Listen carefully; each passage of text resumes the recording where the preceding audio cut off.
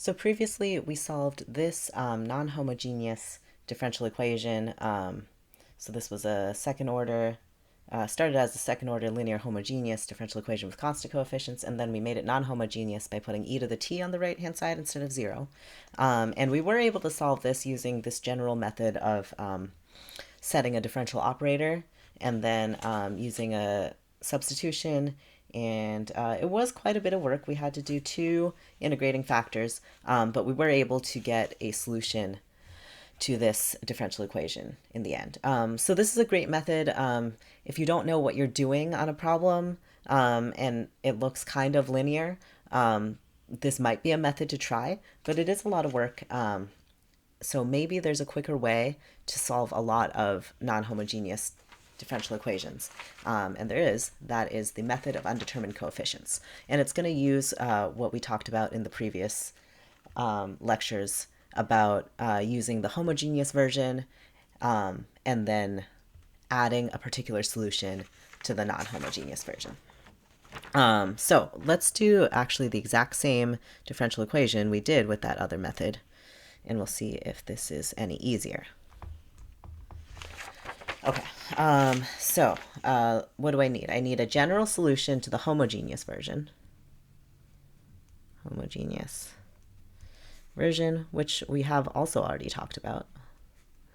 So remember, on this one, you want to write your characteristic equation, which is r squared minus 8r plus 15 equals 0. We find the roots of that. This one factors, so that's nice. So r equals 3 or r equals 5. So then we can directly write that the general solution to the homogeneous version is y equals some constant a times e to the 3t plus some constant b times e to the 5t. Our 2 roots go in the exponents with the t. Okay, now I just need any one solution to this differential equation, and I can add it to this one, and I can be done. So I just have to guess the right one. Might be a little hard if you haven't done it before, but you might be able to think about it. We've got exponentials appearing a lot. The nice thing about e to the t is that when you take a derivative of it, it stays, right? So if I put like an e to the t in for y, then it would be in the derivative, it would be in the double derivative. So I'm going to guess a particular solution.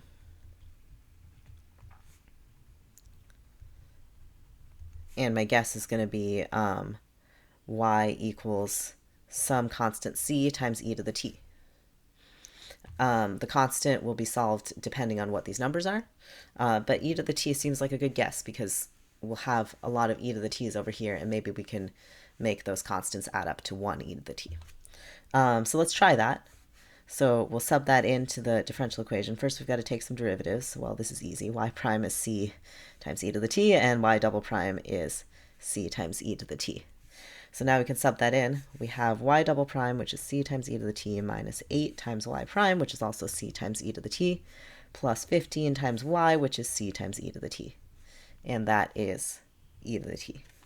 And now we'll add all these up. This is 1c e to the t minus 8c e to the t plus 15c e to the t for a total of positive 8c e to the t equals e to the t.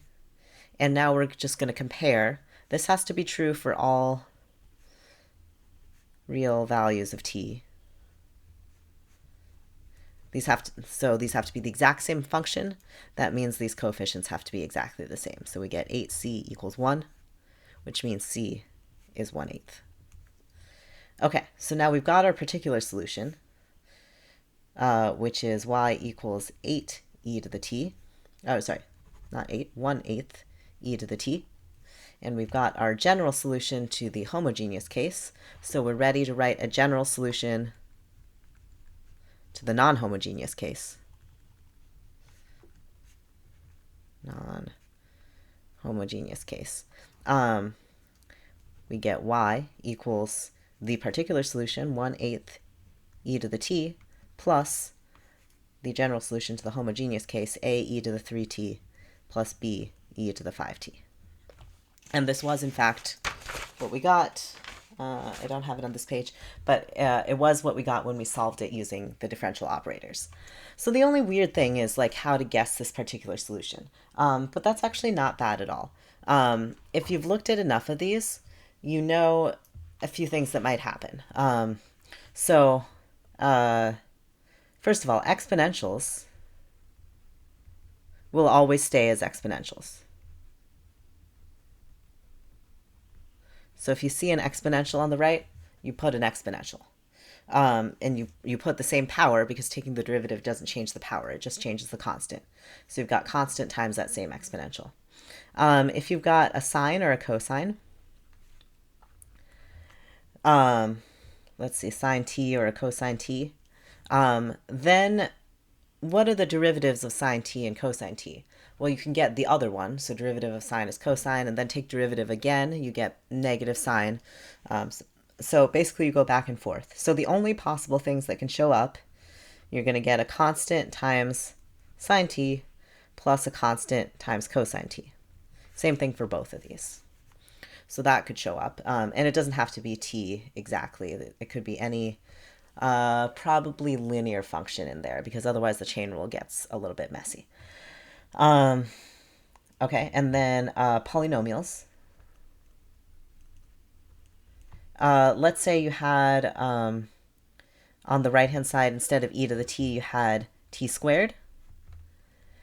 Let's think about that. You have you've got to guess something, and you plug in for y, which is going to be a quadratic, y prime, which will only go down in degree, right? So you get a most polynomial of the same degree over here. So your guess is going to be the most general quadratic you can think of. So for polynomials, you get a general polynomial of the same degree. And that is really all you need to know.